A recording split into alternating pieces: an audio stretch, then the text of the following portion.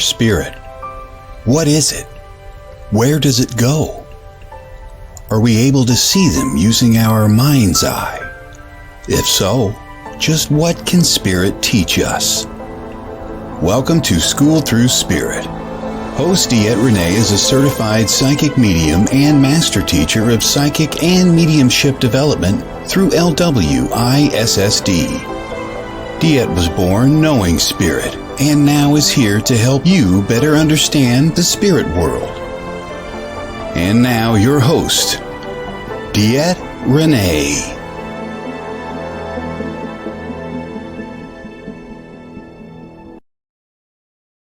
Hey, good Monday morning, everybody. This is DeEtte Renee here on School Through Spirit with WLTK DB. Let's Talk Digital Radio. Now, this show is where I explore different people's lives, their journeys, and how spirit has impacted it. Now, I do talk to people of different spiritual modalities or just that have found spirit have touched their life in some manner. Now, each week I do start the show with a small discussion that spirit has provided me, and then I move on to my guest. Now, my guest this week is Daniel Klaes. Oh my goodness, I'm so excited. I can't even tell you. I need to tell you a little bit about Daniel. I'm going to introduce him now for in a half an hour when he shows up, because I want everybody to know Daniel and just come on in. Good morning, Pamela. Good morning, Jody.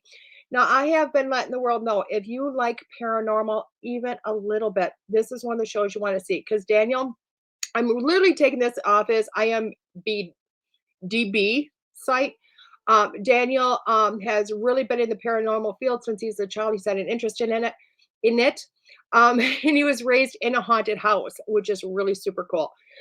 In 2012, he became the co-founder of the Greater Western New York Paranormal Society, which is very much responsible for tackling some of the most challenging paranormal cases in the New York region.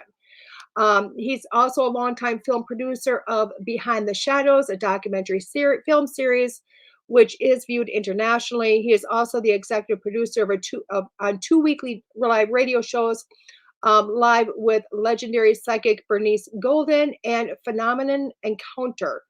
In June of 2015, he literally, I'm not even going to lie, he literally bought the infamous Hinsdale house. It's a home site of the mysterious paranormal insect infestation activity in historical structural exorcisms. It's been featured in different books and featured on national network television shows, and when it became up for purchase, Dan went up and bought it. Like, now he's done a lot of things to not only promote the house, build the house, and literally it's just an amazing place. Some place I hope sometime to go.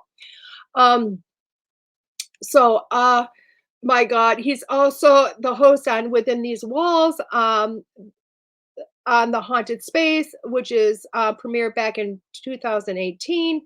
And Nick Groft and Elizabeth Saints paper. I can't even read all this. There's so much. There's so much he is. He is part of the Ghost Finders. Let me see what I mean. Dan is just infamous. I mean, this man is just somebody that within this realm. He is the executive in charge of production of Death Walker. You know that show. He is a cast member of the Ghost Finders. We've already talked about the West New York Paranormal Society. He's a family man. He's just, you know what? And I will tell you what, I am never so amazed at what type of a person Dan is, because with all this going on in his life, he still manages to do a happy birthday shout out to all of his friends with pictures of them that he has at events. He's also the founder of a major event over in Buffalo, New York that takes place. I'll tell you what, this is not a man that you want to miss, because he's just phenomenal. I just have so much respect for him, and it's mind blowing, and the support that he gives to a person. So, God, I hope you remember all of that, because it's tons. When he comes on, we'll just kind of reiterate a little bit for those people that are just coming in. So everybody that is coming in this morning, please do me a favor. Do me a shout out on Facebook. Share it if you enjoy it. Share it. Send it out to the world. I am going to take a minute here. I didn't even pop it up on my other screen yet to say hi, how you doing? I got to share it like it's a hot potato everywhere and anywhere for the world to see. Again, we are doing a different format, so you have to come to me and say, "Howdy, I want to get a reminder from you." Also, do me a favor and share this because it's really the only way we're going to get this out to the world anymore. So, okay, is sharing it. People are just going to have to find a different way of coming in and saying hi. I know last week it was a little bit more difficult, but please come on in. Um, and again, share it, share it, share it to your friends, share it to your family, share it on your page, give me some hearts, tell me you like me, all those wonderful things, because all that extra stuff literally gets us out to more and more people, which is awesome, which is really, really awesome. If anybody out there knows how to share a live video to Instagram, please do, because I am computer illiterate. Good morning, Miss Charlie Lynn. Hey, I like you. I like you too, darling. I like you a lot. And for everybody that doesn't know Miss Charlie, come see her next week because Miss Charlie is hosting my show again next Monday. And she is doing something really cool. She's bringing in a panel of people, a huge panel of people to, not huge, there's like three or four. But to me, that's huge. And they're all going to do questions and answers. The really cool thing is all of them are by my students, which is awesome. And they're all certified and they're all amazing. And she's going to do a question period, question answer period, maybe some readings. I don't know, whatever spirit drives her to. And if you don't really feel like waiting for that, then do me a favor and just literally follow her on her show because it rocks. It rocks.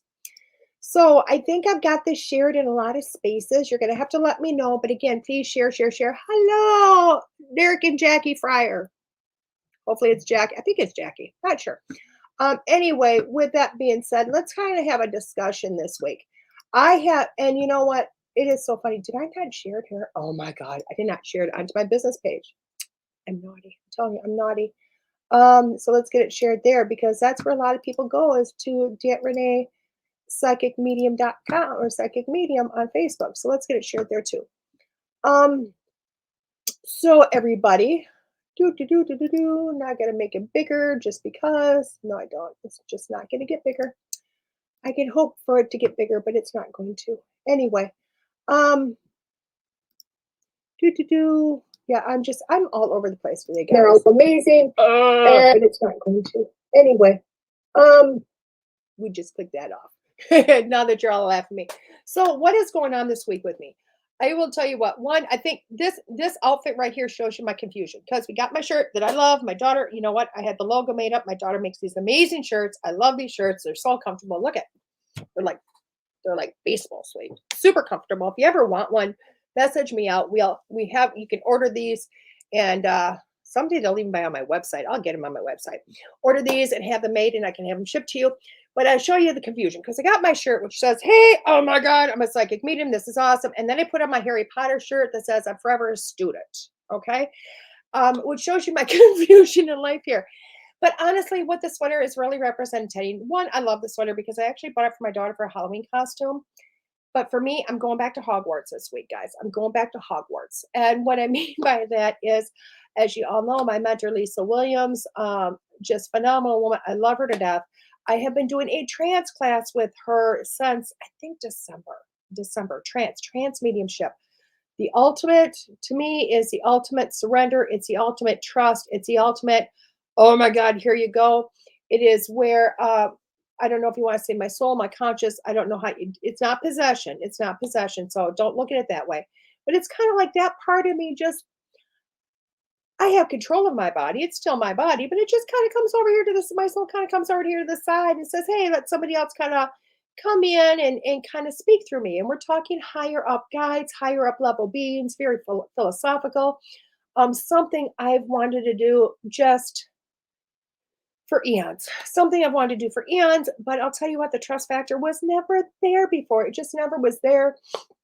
That willingness to completely surrender. Now I will surrender to a blend like no other. Like your loved one, come on, let's blend, let's do this.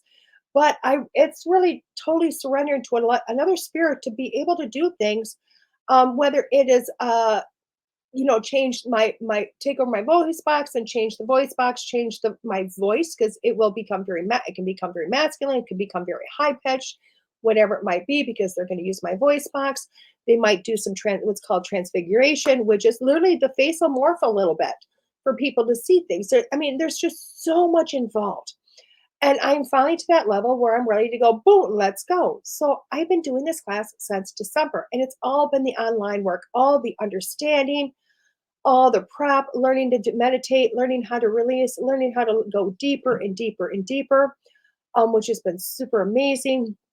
Boy, oh boy, is it's changed my mediumship drastically all over again. But now this week, I go back to Lilydale, New York. And Lilydale is the largest spiritualist camp in the United States. I believe it's the largest in the world. Um, and I'm going back there to sit with Lisa in Lilydale with another group of wonderful people. I want to say a group of fine ladies, but I think there's one man joining us. And it is literally going to be Thursday, Friday, Saturday, and Sunday of just total surrender, total release, totally just going, I'm going to allow this to happen. And it's funny because it's total release of fear. Now, how many times have you guys heard me talk about fear, letting go of fear, letting go, allowing spirit to guide you on your path, all that wonderful stuff? All that wonderful stuff. We've talked about that how many times?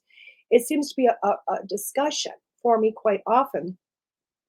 And the super awesome thing about this is I am finally through lots of hypnosis, through lots of meditation, through lots of speaking to my guides, lots of everything, have learned to just let go, learn to trust, realize that I am not putting myself in danger, realizing this is just the next step on my journey, realizing for myself to be a better teacher, I'm going to forever be a student in some capacity. Okay. So for myself, I always, going back to Hogwarts is my idea of going, wait a second, that is a place that is considered the impossible, the thing that is considered fantasy or, what we would all like, but nobody believes can happen. And in my world, all of that is possible. All of that is true. All of that is tangible. And I know you're all looking at me like, God, woman, you cracked. You've cracked. But trust me, in my world, returning back to school, a school that is where anything is possible. Anything is possible. I mean, this weekend, honestly, I was struggling a little bit again. I was struggling a little bit, and I was literally going, Spirit, what is, am I able to do this? Is this too much out of my realm? Is this too much for me to push? And of course, I'm scrolling through Facebook because I think that's what a lot of people do. And I would just do this brainless thing in between, chores. And this amazing storyline of Tibetan monks came on and their superhuman powers. And I went, whoa, let's watch this.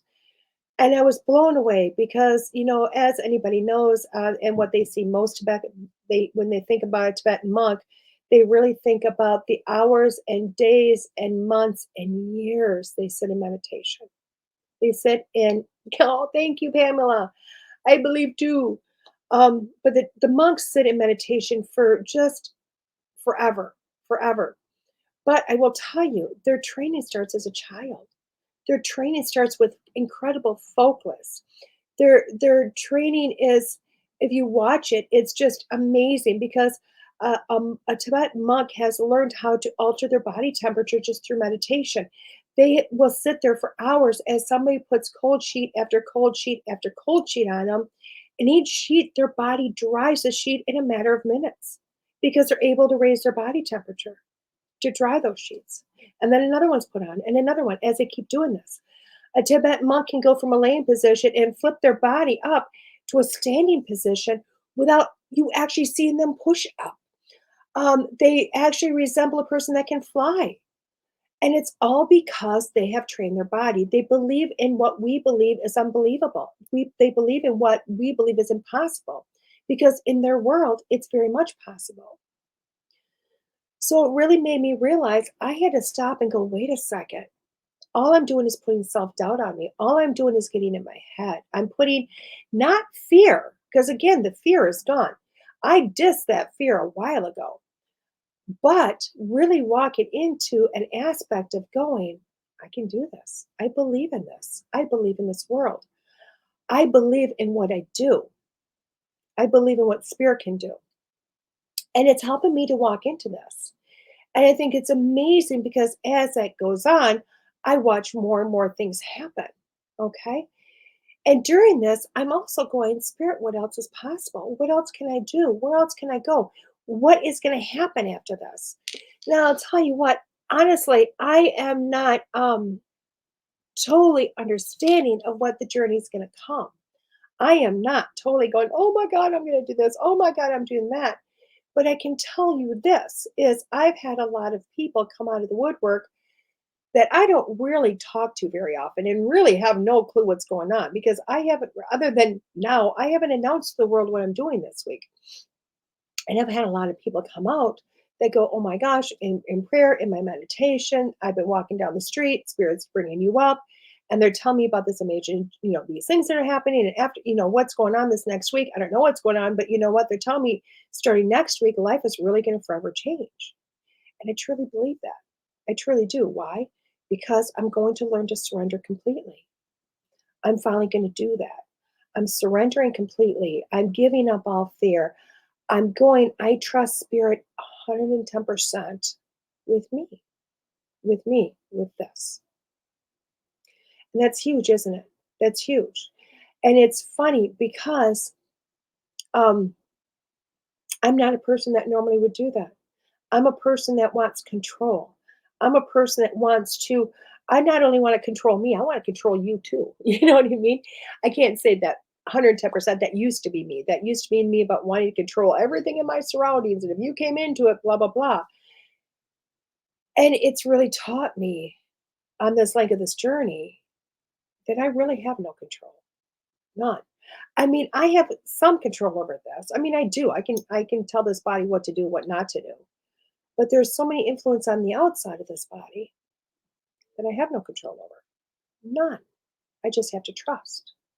And I think that's with everyday life, isn't it? With everyday life. So a lot of people have asked, oh my gosh, how do you do this? I'm going to give you just the easiest pointer I can. And I'm telling you what, this isn't just with trance. This is with meditation. This is with working with your guides. This is with just find peace within yourself. If you have some anxiety issues or things of that nature, meditation, guys, meditation. It's huge. It's huge.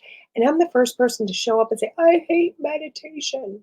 I'm the first person to say that. I'm the first person to jump up and say, this is not something I like to do. Okay. And it's, to me, it's just because in my head, I'm a workaholic. There's a million things I could be doing. Good morning, Miss Ellie. There's a million things I could be doing versus just sitting in one spot. But I'll tell you what, meditation doesn't have to take an hour. It doesn't have to take 2 hours. It can take 5 minutes. It can take 10 minutes. Whatever time you give to it is what you're going to get out of it. It really is. Okay, it really is. And it's so incredible. It is so awesome.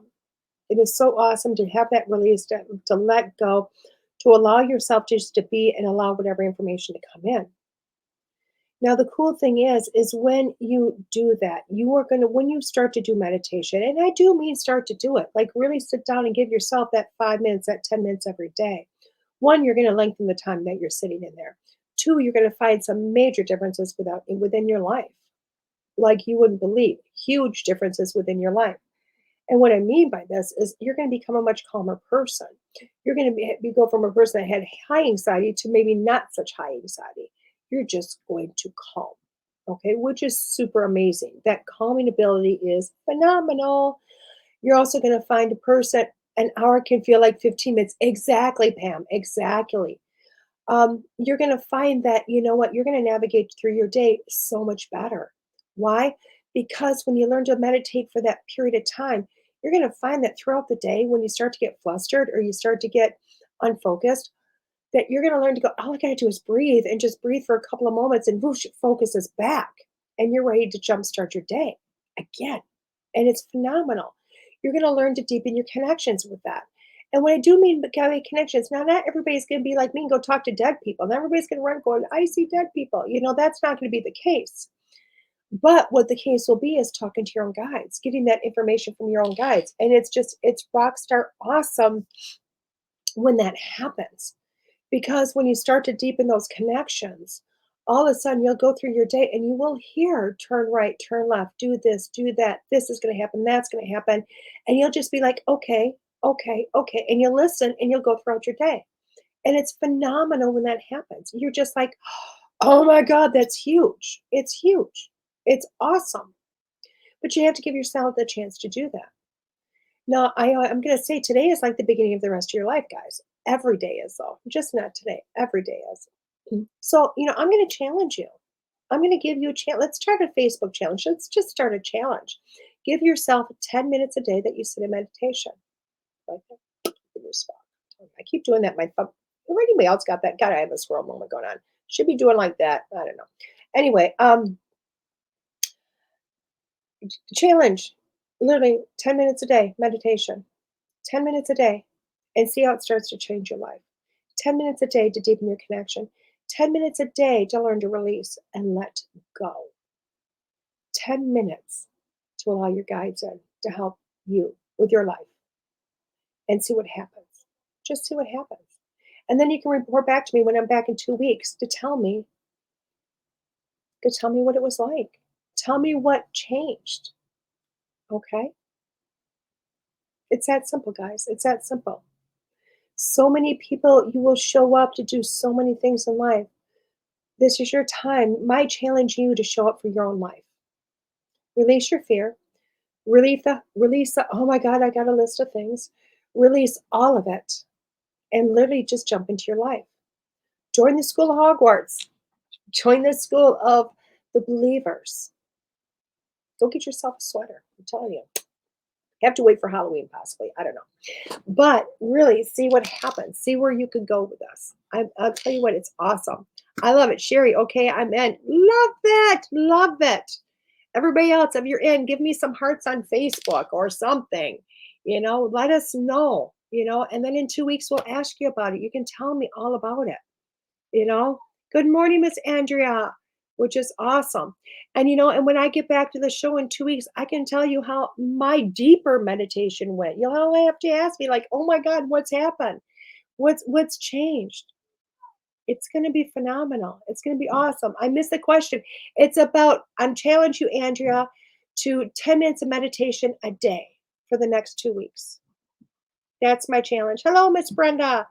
So my challenge is for you guys, 10 minutes a day. 10 minutes a day just to calm your mind, just to relax. Now, I'm going to tell you, for all those people that aren't used to it, yes, the grocery list is going to come in and the cat needs this or that, or I need to do a million things. It's going to come in. But over a 2 week period of time, you're going to see those things in your mind stop. And you're going to see calmness come in. Now, I'm not suggesting going to guided meditation. Okay? I'm not suggesting that. What I am suggesting is either just relax, sit in a chair, close your eyes, do some deep breathing, and just with every breath, with every exhale, it's called falling into your body. So it's like exhale and your shoulders release. Inhale and exhale and let your head dip a little bit. Inhale, exhale, and feel your stomach muscles relax. Feel your back relax. Feel yourself just relax into yourself. Okay? Allow the tension of your body to just release. Okay? Now you can do this with some soft music, but I don't suggest a lot of words because this is really your 10 minutes for you to go and let everything go. Okay? And in that 10 minutes that you are just learning to release, learning to let your mind go ahead and set, hello, Miss Bonnie, go ahead and set a timer if you need to. But in that period of time, notice how your day is going also after the fact. And when you get really good at this, if you're finding yourself not focused throughout the day, you can do it for a couple of minutes here or there. You'll get really good at letting yourself know that, you know what, I can do this at any time. I can do this to relax myself. I can do this to focus, whatever it is. You know what I mean? So trust me, this is going to be an awesome, awesome, awesome thing. And just 2 weeks, 2 weeks. Jamie, I've never meditated. Should probably start before bed when my mind doesn't shut down. Exactly. Right now I do the breathing and repeat, sleep in my head. I'm not success I get it. I get it because Jamie, I do the same thing in the middle of the night when I get up to go to the bathroom like 100 times. I have to keep my and I will tell you what, I use this technique of breathe, get my mind just blank when I get up, go to the bathroom because we live in a 2,800 square foot house, which means I've got to run for, a mile to get to the bathroom. And I keep my mind completely blank. And we get up back into bed. If I don't fall back to sleep immediately, I literally go sleep, sleep, sleep until my brain lets me sleep again. So I get it. But try doing it, like you said, before bed, whatever you need to do, learn to just relax, learn to meditate, because I'll tell you what, it's going to help you 10 times over, Jamie, when you go to sleep, or Brenda. It does for me. I'll tell you what, it's night and day difference when that happens. Okay. It's night and day difference. You will learn to shut off in a dime. After 2 weeks, you know what, if you're doing it, you'll find within 2 weeks at nighttime when you go to sleep, you'll be able to shut your brain off right now. Off you go because you'll have nothing to distract you. You won't have, oh my God, I did all this today. Oh my God, I got to get all that done tomorrow. Oh my God, this happened. Your brain won't be turning because you'll learn how to shut it down and just fall asleep. And it's amazing. It's truly, truly amazing when it happens. So I'm super excited. So many people are willing to take this challenge. I'm super excited that everybody is going to be on board with this. And I'm super excited to tell you how my life is going to be in 2 weeks and maybe how things have changed. Jamie, as mothers, grandparents, we just have to, so much on our shoulders, have to learn to let it all go. Exactly. Exactly, Jamie. I mean, that's huge, isn't it? I mean, it's huge. It's incredible. It's incredible how huge that is. Um, it's just insane. It's insane because I do believe, as we're younger, we've got so many other things on our mind. And as we get older, all of a sudden it's like these responsibilities feel like they just jump in and jump in and jump in, and it gets to be so much. So please take this, 10 minutes twice a day helps tons. It does, Tim, it does. So again, guys, that's my challenge for 2 weeks. 10 minutes of meditation at least once a time a day. And in 2 weeks, I expect to hear how y'all went with that. Okay. I'm going to take a quick break here with School Through Spirit on WLTK DB. And when I come back, I'm going to bring in Dan.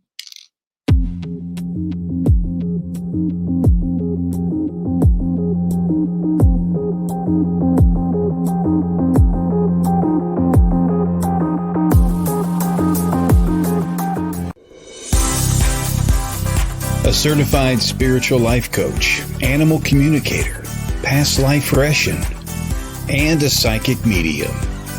This is Charlie Lynn. Charlie Lynn and Chat with Charlie work with you to bring communication and understanding from spirit to those looking to gain insight.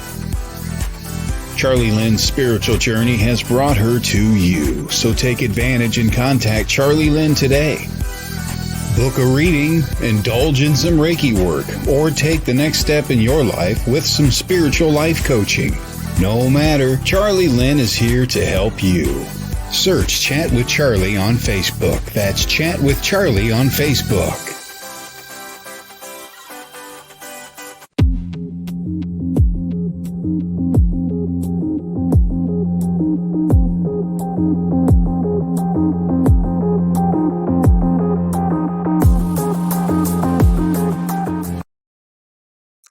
Welcome back to School Through Spirit. I'm your host, DeEtte Renee, here on WLTK DB. Again, my guest today is Dan. He is the executive in charge of production of Death Walker, cast member of the Ghost Finders, the co-founder of the Greater Western and New York Paranormal Society, the owner of the Hinsdale House Restoration Project. This man's amazing. Let's bring in Dan. Hi, Dan. Hey, how's it going? You have a list to announce, just so you know. No, I was like, I went to your IMBDB today. I took I'm like, sometimes real fast. Yeah, speak real fast. It's awesome. But welcome. Thank you for coming on today. Yeah, thanks for having me. Super excited. I love the early show. This is nice. It's different. It's different. Everybody does nighttime shows. Everybody does. I was on a show last night, again, nighttime. I'm like, guys, I want to go to sleep. I want to go to sleep. Yeah, this is cool. which is awesome. And other people are like, wait a second, what, in California, they're like, it's 7 a.m. and you have me on. I'm like, yes, good morning. Good morning. So, Dan, how did you get into paranormal? It was something that I experienced growing up in my Okay. house, and it was something I was always curious about. To the point where I ended up actually buying the house that I grew up in. You grew up in the Uh, Hinsdale house? no, no, no, Oh, no. So I'm that's talking about scary. my family home. Oh, okay. And we had things happening. Like I never physically saw anything when I was younger, right at the beginning.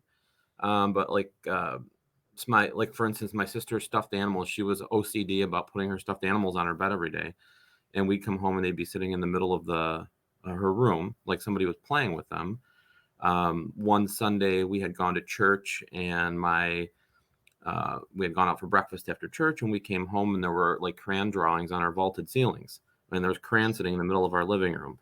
So stuff like that was happening all the time. Nothing like malicious, nothing. But in order to ease my mind, my dad always said people were playing pranks on us. Like it was just. But you talk to them to today, and they're like, "Yeah, crazy shit was happening at our house." Like. Um, and then I had left, gone to college, and my wife was pregnant, and my parents decided to tell me that they were going to be leaving that house and they were buying a new one, and asked if I'd like to purchase it before they put it on the market. And I was like, I thought it would be cool because I knew the neighbors. My kid would be able to go to the same school I went to. It would be nice, and so I ended up buying that house, and then things started happening. Like my wife saw a little girl with a dress standing on the stairwell, and then little things would happen, just like nothing that really bothered me. But then my son, as he got a little older, started telling me that he was seeing a little boy. Oh, wow. Like he was seeing a little boy in his room. And I started doing a lot of research on the house, and found, on microfiche at the library, that the kids, there were two children that died of cystic fibrosis there that were from the original owners of the house. Oh, wow. Now, in between there, when I left for college, my friend had enticed me to go to Lilydale. Are you familiar with Lilydale? I'm going there this week Oh, again. wonderful, Oh, I wonderful! love It's Lilydale. such a relaxing place. Yeah. And at that point, I didn't know whether I believed in psychics or not. And I said, "Well, hook me up with a good one. Get me a good psychic. Let's." So she did. She got me like the president of the Lilydale Assembly at the time, Okay. and her name was Ellen Bourne. And Mhm. I sat down with her, and before I even paid her, she's like, "You have two children spirits at your house. Oh, She like plucked it right out of there."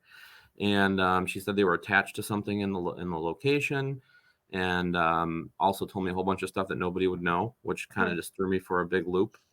And from that point, I was like determined to try to figure out what they were attached to, what it was, and who they were. So it was pretty. It was like my first Scooby Doo episode of my life that got me interested in paranormal. I ended up finding a painting in the attic that was pushed away, of a little boy and a little girl playing with a dog. And once I found that painting, and I said, we found what you wanted us to find. You're good to go to the light. And it felt like it lifted, and it felt like it wasn't as active as it always. It seemed like they would come back once in a while to check up on us, but it was like they were free to go now, Oh, and I they were gone. And I don't know. I still have that painting. I've moved out of that house since then, and I still have the painting, and I feel like kind of they're a part of my family at this point. Like they still come around. So to check up on us. I love that just because of the fact you've been with them for so long, you know? Yeah. My sister had the same thing in Texas with a female, a lady that was actually murdered just outside of her own house, and Wow. Jennifer, even though she's crossed, because I helped with that back before I knew what I did. But she had the same thing. Once we figured out everything and was able to tell her story, but she shows up all over the country. Wherever Yeah. the grandchildren are now is where she likes to show up and just say, "Hey, how you doing?" Yeah. It's cool. It's really Yeah. awesome. And then I just kind of started my own path. I started going like to all the places like Gettysburg, and going on the tours and just learning. Just becoming my own person as far as investigating goes, and just did my own thing. I didn't really worry about like what other people were doing, and then eventually it just, I don't know where all this came in, but it just, things started falling into place, and then people looked up to me as far as knowledge goes and experience goes, and you know, things just generally progressed to an investigation that I had at the Hinsdale house, and then I ended up buying that place. And it's a career for you now. It I mean, is. how many people can say paranormal is a career?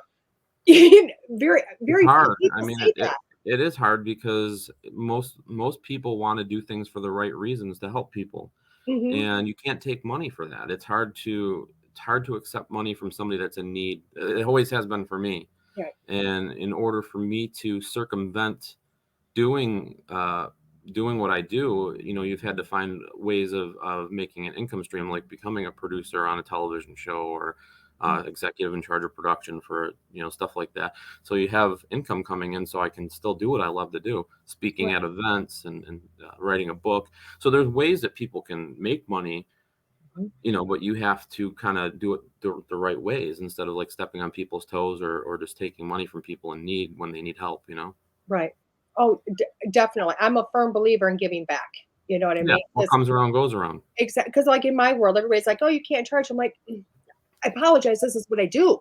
This is this Right. is this is my thing, and I truly believe of being a healer. You know what I mean? But then I It's have different. it I sounds think it's like you're different a because person. people seek you out for that. Yeah. It's, so it's kind of different than you're going in to try to help people rid something in their house or give them answers in their house.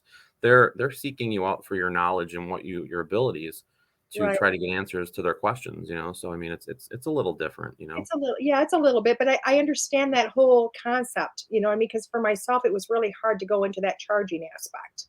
Yeah, So I completely get it. Um, just so I don't miss this question, we're gonna just jump into the big one. sure. I mean, I know you from the Ghost Finders. Every People are already starting to ask about the Ghost Finders. Like, so let's go there right off the bat. And how did you find yourself on that? Was that like somewhere? How did you find yourself into the Ghost Finders? So, Rob Thompson, I'm sure everybody's familiar with him. Yeah, he's been on a He's couple of times now. Yeah. he's created the show, and he's been doing it for a long time independently, and it's the longest running independent ghost hunting show in the country right now, and actually probably in most countries. um, it He's not gonna give basically it up. he had gotten in contact with me about producing a show at the Hinsdale house, and he asked me if I'd be able to show up and do an interview. And if I can, I always try to come and do what I can do for people. Like, a lot of people come there and have like a YouTube channel Mhm. or whatnot. And I had been in an event in Erie, Pennsylvania, so I was fairly close. And I remember that day too, because I was speeding to get there, because he had these call sheets out. And now I know, like, with the call sheets, if I'm 15 or 20 minutes late, it'll be fine, like, but like, being independent as opposed to being on like a travel channel show is a little bit different. You have a little bit more leeway. So, but I Mhm. was speeding to get there, and the cop pulled me over. He goes, "What are you doing? Why are you going so fast?" I go, "I didn't think I was going that fast." And he saw the Hinsdale sticker on my car, and he's like, "Oh, you know about that place?" I go, "I own it, and I'm actually on my way there right now." He's like, "No, no shit." And he was totally into it. He was like totally into it. And I said, "They're actually filming a television show there right now, and I'm supposed to be on an interview in about 20 minutes." He goes, "Well, slow down." He goes, and go, just slow down and be safe. And he let me go. And I was like, "Oh, wow, that was really cool." Right. Hinsdale House has got me out of a couple tickets now. Um, but just getting there and seeing the professionalism, how things were ran, I when you get around somebody that you feel comfortable with, and that you feel is has as much passion as you do about things, Mhm. you offer assistance. Like, or if there's anything I can do to help you, what goes around comes around. And basically, they filmed their thing there. They did a great job with that episode. Production quality was great for an independent show. And I started saying, you should bring the Ghost Finders to this, because I had access to a lot of locations. I'm like, so I started like hooking them up. I'm like, "Rob, here's one, here's another one." And I think the one we're going to this weekend, I hooked them up with. I So, know, and I can't be there. You don't even know. I'm just like, "Grr." He asked me at the airport. oh, Like, geez. Rob. Not during trance week. I can't say no to trance. So, But, at one point, one of the investigations, he had asked me to come, be part of it again, and it was at the Virgin House, and, the other guy that was on the show is moving on to a different part of his career, and, Rob's like, "Do you wanna take his place?" And it was hard for me because a lot of thought goes into, like, I'm an independent person, I run my own businesses, am I gonna have time to give them what they need as far as, uh, quality of myself, like being on the show. And what it's been, I ended up talking to him about it and going over, like, we all work together, we all go over everybody's schedules, we all work everything out, and it's been great because we all work on top of each other's schedules, and we plan our filmings according to that. So, like, it's been great, and we formed a family. Like, I know there's been a lot of rotating team members on the show throughout the years, but the core, Rob, myself, and Megan, and then Melody and Steve. Now, we've been with the show for what, 3 years now, 4 years ongoing. Steve So is new this year, but yeah, I mean, yeah. he's still a great addition to your family, though. But for the at least the past three almost 4 years now, Megan, myself, and Rob have been the core trio of the team, and and I've helped. I think I've helped in a way to help build everybody's spirits, and I think that we've all learned from each other, and I think that that's brought us closer together, and it really shows on what we do on the show. You know what? And I can honestly state from being there, you know what I mean? When I was there with you guys, I could not believe because I was nervous. I mean, I was terrified in every aspect because I didn't know anything. And nobody's telling you much. I would look at you and you'd be like, "It's okay, just follow me here." Yeah, And I'm like looking at you almost like, and I've thought about it few times going back to that experience. And I can remember looking at you like I'm talking to you and nobody else, and you're going, "Yeah, I get that. Yeah, you know what I mean?" I'm like, not even realizing whether you understand what I'm talking about or not, but that reassurance of just be you, say what you got to say, and that was very comforting to me, you know. I think that's the most, like, the biggest thing with the show is that we don't sugarcoat things, and we don't hold back on how we're feeling. Yeah. And a lot of the shows that are on television, it's all there's some, the scripting going on or something like that. Well, what you see with us is what you get. So you're getting our true reactions, you're getting our true feelings, Hmm. and I think that's important to connect with people when you're doing something like that. Yeah. And I like that aspect because I'll tell you what, my experience with you guys was just phenomenal. So I wanted to bring up the question because you brought, we talked about that because Jamie she met Rob last month, I think April, whenever Rob Hmm. was, when we brought him over here to Wisconsin. She says, when you get around to talking about the ghost finders. So I brought it up right away for her. So I don't forget my question. Dan, you have an incredible cast on the Ghost Finders, so much diverse and credibility with their talents. If you could take one of their talents for a day, whose would it be and why? Oh, wow. Yeah, that's why I was like, we have to go That's there. that's really tough, but man, that's like saying, what superpower do you want for a day? Like, that's Yeah. crazy. Um, I don't You know. I say, think, Rob, I'll train you. no, what's really, at the beginning, what really kind of pushed me over the edge with the show was Megan. Yeah. Just her knowledge, and the aspect of what she brings to the show. I mean, I clearly don't know as much as she knows, and I'm learning. I'm learning a little bit as we go, and I would love to have her brain for a day, just to kind of see and gain the knowledge of everything that she has and up there, because it's been fun learning and seeing what she adds to an investigation, and I'd probably take her brain for a day. There you There's go. been a, there's been a couple times I've gotten yelled at. She makes like a circle when she does and I remember at Penhurst the one time she was doing her ritual, and I mean, I didn't know that you couldn't cross the circle, and she's in the middle. She's like, "Damn it, Dan!" But it was funny at when it was all said and done. But I was like, "Oh no, did I do something bad? Did I do something?" And but you learn as you go, and and for me to understand why is cool, and learn from her. Yeah, and she's got She's a wealth of knowledge, you know. She is. She's and she And look at her IMDb. yeah. Seriously. I'm Did well, you I'm see gonna bring her on. I'll tell you what, but I think hers scares me because I know the extent of it. It's like, oh my gosh, you know what I mean? It was just, and it's just recently I started to go to those. They're like, who are these people? You know what I mean? What are we getting? Because I know you from one thing and went, what else Right. does he do? What else does he do? So this morning I thought, let's look at that. I'm like, holy shit, Dad, look at all you do. I'm like incredible. I'm impressed. So I love that. Now, Jamie says that you are next on her bucket list. She's like, I've met Rob, I met Dad's next. So there you go. So we're gonna have to Cool. just bring you guys all to Wisconsin. I mean, All right. I know how many times you said, I've been to Wisconsin once yeah. I mean, there's in something. error. There's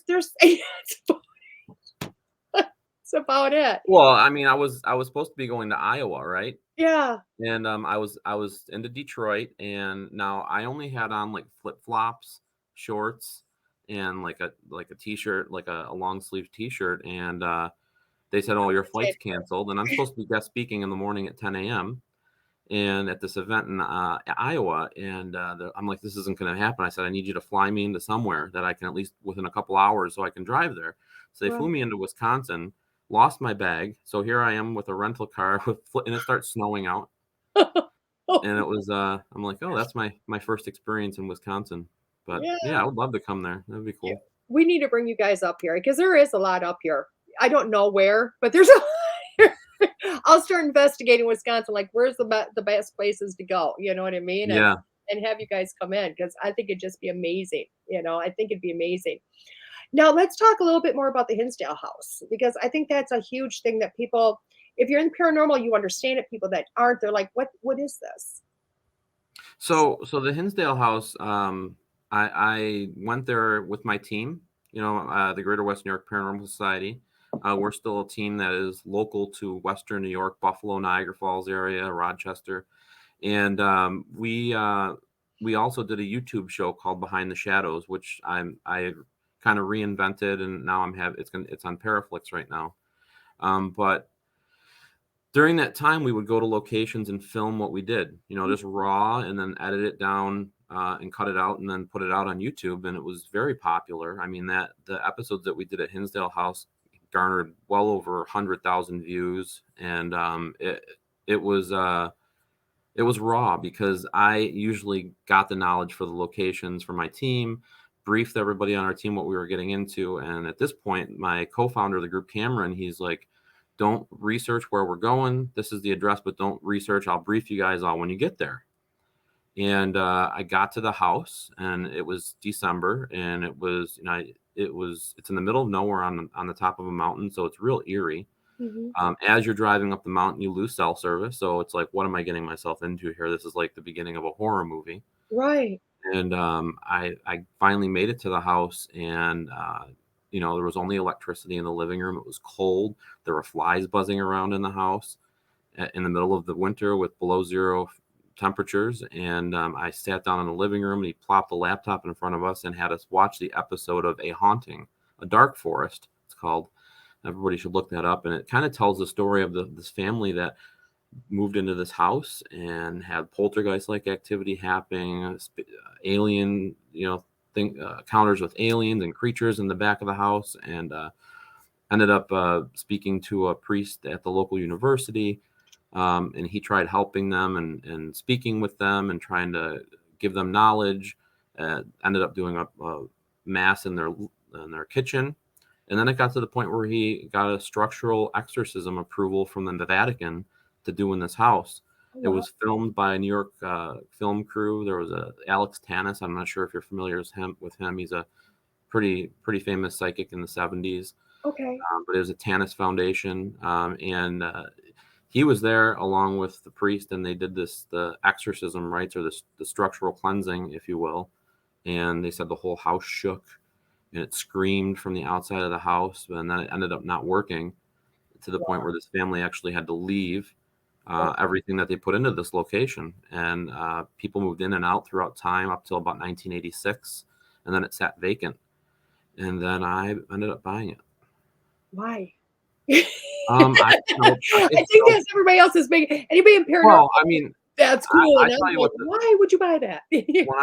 when I first found out that I was sitting in a house that had a failed structural exorcism, I was freaked the hell out. Right.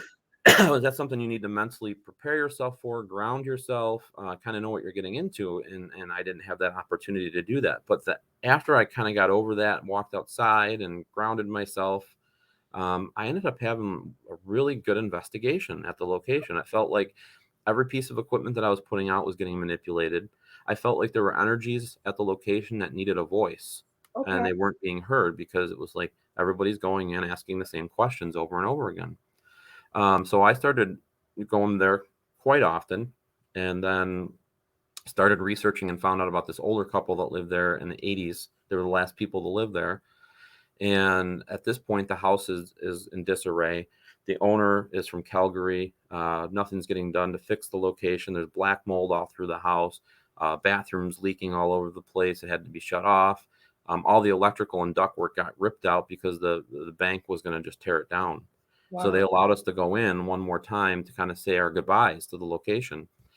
And the research that I had done, I heard the lady's name was Flo Misnick and Joe Misnick, and I know they had passed away, and that was the last place they lived.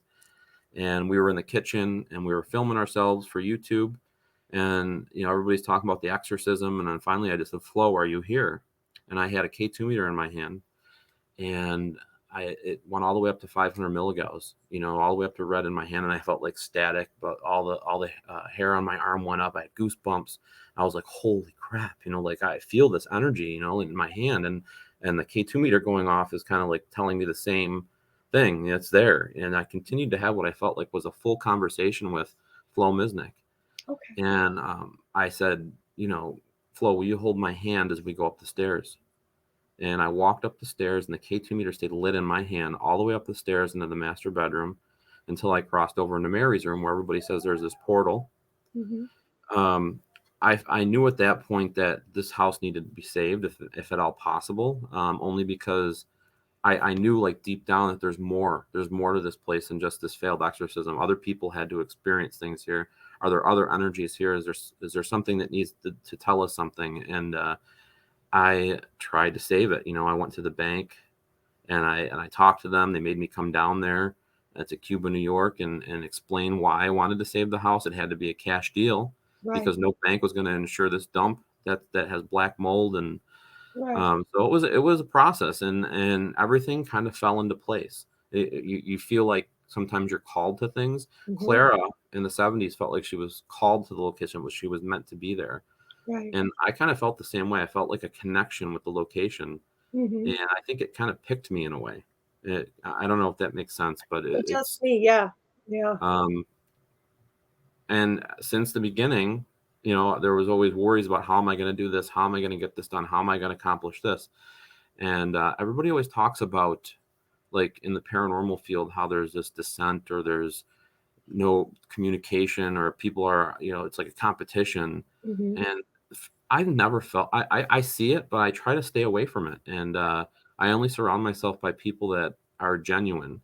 Yeah. And I had a day of caring at the house, and we had like 63 people show up with paint brushes and scrapers and materials for the roof, and people just brought whatever they could. And it was a patch job for a while, but Mhm. that was my biggest concern, is how are we going to stop this leaky roof, and we got the roof done for like a quarter of what it would have cost Wow. normally to get the roof done. And it was just from that point on, I knew that we could accomplish big things. If everybody helped a little bit here or a little bit there, Mhm. you can make things happen, and everybody so it's just been amazing to look at what it looked like when I got it to what it looks like now today, Right.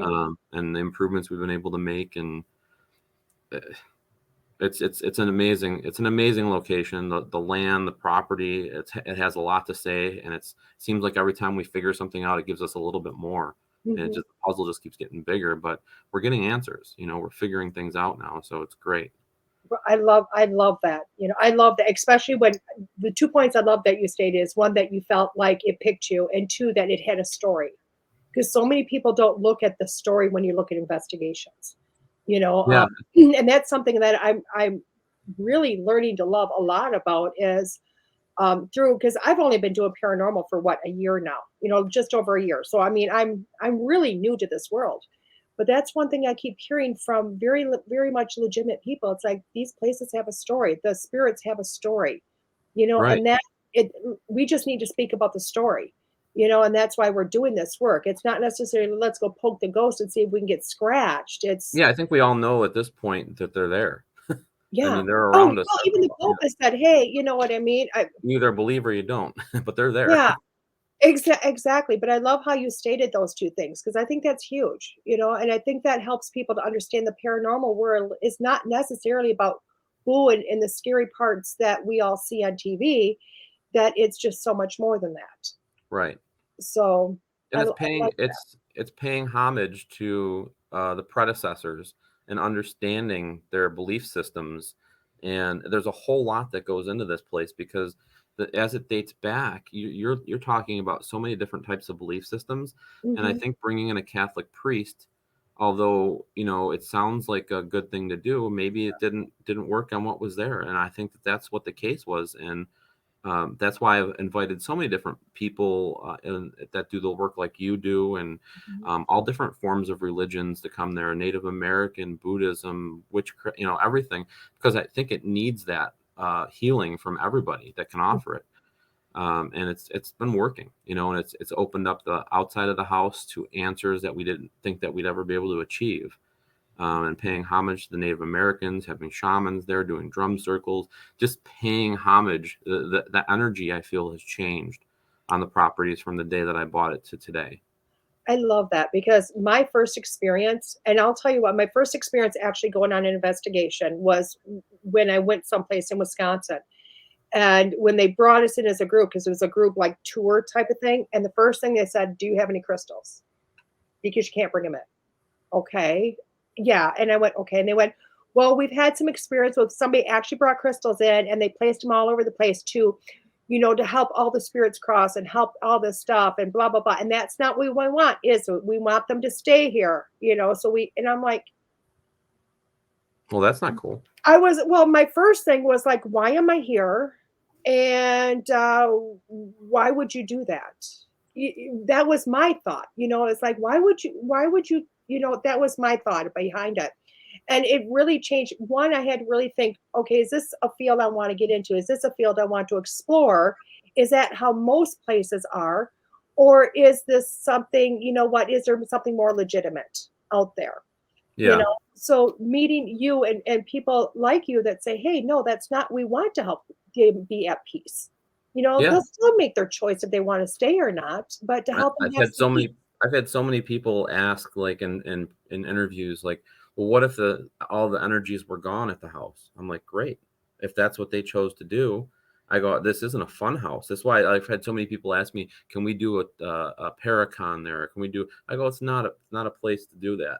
Let's have it at the fire hall down the street or something. But Yeah. it's not. I don't want it to be a fun house. I want to pay honor to the energies, and if we can help some cross over, if that's what they want to do, then by all means, let's do that. Right. I can't stop the ones that want to stay or the ones that want to go, but if there's anything that we can do to help them, by all means, let's do it. It would still be a house with all the history. It would be. It Still would have be a a ton of historical residual. location. Yeah, it would still, think about just the residual energy that would still be there, even Yeah, if I it's or it'd be a nice place to bring the family for a camping trip. I mean, it's yeah. it's nice. It's got a pond. It's 10 acres of land. I mean, I, it is very serene when you look at the outside. The looks can be deceiving. I, lo- I love your look at that. I just love your take on it because you take paranormal and make it look very beautiful. So to me, it's Why like can't it be? cool. Yeah. Well, I agree with you. Well, I mean, I 110%. learn staying in college. I stayed at a Buddhist temple when I was doing a report, and you learn a lot from Buddhists. In a Mhm. way. I now do I believe in a lot of the things that they do? No, but do I love the meditate? I heard you talking about meditation I was before I actually popped on. talking about Tibetan monks today. Yeah, I mean, it's important to be able to just clear your mind and just take a deep breath and just kind of, everybody's got things that they got to do. Look, I have a list a Mhm. mile long of things that I got to do, and you can either get bent out of shape about it and ruin your day, or you can just take a deep breath. Let's take care of one thing. Let's take care of the next thing. And eventually you're going to get them done. And then there's going to be more things added onto the list. But you have to take an approach of calmness in order to get things accomplished and peace. And that's, I learned a lot of that from staying at a Buddhist temple. And it's amazing what you can accomplish if you just take a kind of a slow, laid back approach to things, and looking at what you have to accomplish for the day. 110%. I mean, I did a challenge for everybody, like for the next 2 weeks. Let's see what you can, because I'm a firm believer in it. I could recently more firm believer in meditation, So what is this with Death Walker? Because you are the production person on Death Walker, aren't you? In charge of the whole thing, the whole production. Yeah. I love it. Well, I'm asking because I've recently learned different things that I didn't know. You know what I mean? I had to ask Rob, and I went, "Is this person like cheap production?" Well, they're honorary. I'm like, okay. So I wanted to talk to you about that. Because So I mean, it's with Nick Groff, and it's his new show. He's been on Ghost Adventures. He's been on Paranormal Lockdown. He's been on Ghost of Shepherdstown, and this is what we came up with. Like we had a meeting, came up with kind of a new concept for a show, and I basically had to help put financing into place for it, production value. What do we want to have as far as our production levels go, and how are we going to film it so it's real? That was the biggest thing, is we wanted it to be not what you see on TV right now, but more of a real investigation. But we wanted it to be cinematic. We wanted to be able to build a story and also have reenactments of the claims. So it paints that picture in people's minds. When you're hearing the story of the location that he's going to be going into, you get that little story like you'd see on a regular show. And then you actually dive into an investigation with him one-on-one. At the location, and it's really amazing what we've been able to come up with. We're working on 40 episodes right now.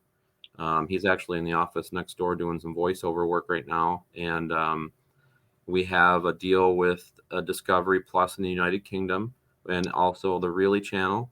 It's also on right now Sci-Fi Channel and Rogers in Canada. And our U.S. premiere will be announced soon. We are having the premiere on August 20th in the Riviera Theater in North Tonawanda, New York, my hometown. Wow. My next episode of Behind the Shadows was filmed at the Riviera Theater, and we came up with some amazing evidence. And we're actually going to be screening that before the Death Walker episode at the theater on August 20th as well. And then it'll premiere on Netflix that night. I can't wait. I really Or can't. not Netflix, Paraflix, sorry. Paraflix. That's okay. I always say it's the Netflix of paranormal. You know what? And it's so funny because Natalie's become a friend of mine, and I told her what you had said to me, or you said in general over in Virginia. You literally went, if you're paranormal, if you're not on Paraflix, then you've got an issue, because Paraflix is paranormal. Like that's the place to go, especially for so much information, so many things. Right. Now, I'm going to tell you where I want you guys to go, because I'm just a big fan of Edinburgh Manor. You already know this. Oh. And I know you've been there, you know what I mean? But to myself, because again, my first experience as an investigator going, I went as a medium. And I talked about this last night on a show, because somebody's like, talk about one. I got like 3 experiences, you know what I mean? So and one of them I can't talk about yet, So for myself, when I went into Edinburgh Manor, I heard so many people's stories about it. Oh my God, it's this. Oh my God, it's that. And I thought, yeah, when you walk in, you do get that energy. Yeah, you get that heavy. But let's break it down from room to room to room. And what I literally found when I walked into that, every room had somebody. Every room had a story. Every room. And it might be from a different time frame. This might be from when the house was originally built. This might be when it was a nursing home. But it was so cool to break that down into individual rooms and the individual stories. Yeah, it's kind of like getting time stamped, like boom, boom, boom. Yeah. You're picking up on all of that. Yeah, I mean, Nick's been there. It would be great if we could bring the ghost finders there, I keep telling you to take anybody. Yeah, no, I it's want a to great see it from the location. way you take things. You know what I mean? Not necessarily how another investigative team goes in, only because I know my experience there when we showed up. I would be like, oh my God, this energy is thick. Oh, there's so many in here. Oh my God, these guys are all having a card party, blah, blah, blah. And the minute the investigators started to turn on the equipment, boom, gone. And Right. I'm like, what's going on? And they were like, they got sick and tired of being on film, all of this because it's always taken in a different manner. You know? Right. That's why you have to take I feel like you have to take a different approach with knowledge. You can't always assume because it's heavy that it's dark. Like Yep. you can't, like I always have to try to when I go into a location, whether there's stories of demons or whatever, is take a positive approach to what you're doing as opposed to knowing that in the back of your mind that there could be something negative there. Because the only way that you're going to have any power over anything that could be like a negative energy is to bring positiveness and light to the location. And that was kind of like with the Hinsdale house as well. Like all the windows were boarded up. There was no plants. That's why I thought about making it beautiful, Yeah. opening the windows, letting the light in. That's going to help push that negative feel away. Hmm. And that's another thing that I learned from the Buddhists, like love and light, like let the light in, and then better things will happen, Yeah. and that's why I like investigating during the day as well. Like you don't have to investigate at night. It takes away one of your senses. It makes it a little bit more spookier, but they're still there during the day. You Yeah. can get just as much activity that you can during the day that you can at night. I like So that aspect of it. Now, going back to Deathwalker, I know you're a lot behind the scenes. Will you ever be in front of the scenes? I will. Oh, yeah. I actually, for one of the episodes, I brought Melody on with me as well. So we'll be on one of the episodes. That's Megan will be on one of the episodes.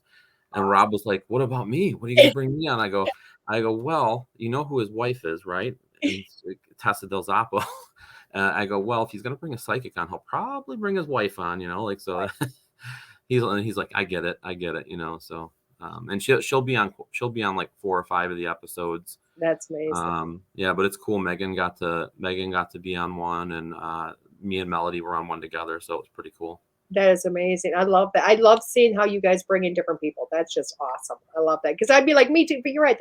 Well, we'll also have Johnny Hauser on one. We'll have Josh Hurd from Melbourne Manor is going to be on one. Oh, We very. also brought on we brought in quite a few people, special people that in special areas that can add to the investigation depending on where we're going to be. I The love. other thing is too, we brought in an amazing tech manager, who Austin Maynard, and also Steve Hutley, who Okay. is he's been trained under Frank Sumption with spirit boxes, and he's inventing new types of spirit boxes, and bringing them both together, and also coming up with different types of experiments. Mhm. You're going to see things that'll blow your mind that you think about, but Nick Yeah. actually does them on camera Wow. live. It's crazy. That is just incredible because my experience with Ghost Box. You know what I mean? Like my brain was like, no, don't even go. And unless you can do this, don't even tell me this is real. You know what I mean? And it does it. So, I'm a total For believer. for one that does what she does to put that kind of an aspect on a spirit box, happy Mhm. are those who believe, right? Yeah, Let's see 110%. what happens. Yeah, you never know what's going to happen. You just never know. I've loved to be able to bring mediums and psychics into an investigation, and then I plop on my spirit box, and direct questions are getting answered from what they're coming up with. It's crazy. You know what? I will tell you what, the place I don't name that I went that I didn't care about. And not that I didn't care about the facility because it feels phenomenal. I didn't care about the investigation. But it was so funny because, and I should have been believing in a spirit box or a ghost box way before I met you because this literally happened where they put us in the room, they sat us down, and I'm talking to a little girl. In my mind, as a medium, I'm talking to a little girl, and she's talking to me directly through the ghost box. And they're going, we don't understand what she's saying. I don't get what she's saying, blah, blah, blah. But she was literally talking to me directly, but answering to the crowd through the box. Yeah, no, that's what happens usually, and you experienced that when we were together. Yeah, but You know, even after that first experience, I was like, still not going to believe it, still not going to believe it until literally that, what happened between, with us was like huge to me. I mean, I think everybody's mouth dropped, so there you yeah. go. they made me a believer. I mean, now I can't. Now there's nothing else I can say. You know, what I mean, other than they're the true deal. They do more than just the white static. They drive you back. Yeah, and the thing is too, like, other people can hear what you're hearing. Yeah, So it's not like you're trying to fluff anything. It's not like you have like a tape recording going on in the back of the thing playing fake stuff or something that, it's like real life. I mean, what people will see when the Henricus episode comes out yeah, for the Ghost Finders, that there's things that come out of my box that have nothing to do with where we're at, yeah. but it touches somebody. It touches somebody right in their heart, in the soul. So And that's just, and I can't wait till after it airs because there was so much that really had nothing to do with nothing. right, But it was a big story. it's a huge story. Because that happens everywhere you go, like, especially Yes. when you have a group of people, when you're doing a public investigation, all that energy is being brought in. Hmm. And so many people are looking for answers and don't know how to find the answers. And when I have a spirit box with me, I'll tell you what, probably like over half the time, there's an energy trying to connect with somebody that's in that group. That's And cool. I've had people in tears. It's like I'm carrying around a psychic medium in a box, Yeah, like it's crazy.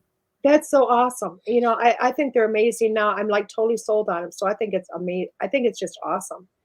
So I also want to touch base on something smaller, which to me is huge, but something maybe smaller in the scope of everything you do, because you also host an event in New York, Buffalo. Yeah. Yeah. That most people don't know. Yeah, no, I mean, It's it's been the something scope of I've been everything you do. doing for years. Once once I became in tune with psychic mediums, I felt very drawn to a lot of them. Right. And I don't know, I do know that I have ability as well. I've worked with legendary psychic Bernice Golden. She's helped me hone into my abilities, and I Mhm. don't like let that be known, a lot, but I do use it. I do utilize it, and I do feel a connection with a lot of mediums. And she's passed away, but I used to do a radio show with her, Oh, legendary psychic Bernice Golden, and we'd get thousands and thousands of people viewing it and listening to it. And she also had a syndicated radio show back in the 80s and 90s called, um, I forget the name of it, but it was on Saturday mornings, and I used to listen to it. okay. And but one of the highlights of doing these psychic fairs and these events that I did is being able to bring her into an event. And this is where I actually got to know her. Mhm. And she came in a wheelchair, and I was worried because she was a little older, and she goes, "I'm going to do it till I die. This is what I'm here for." And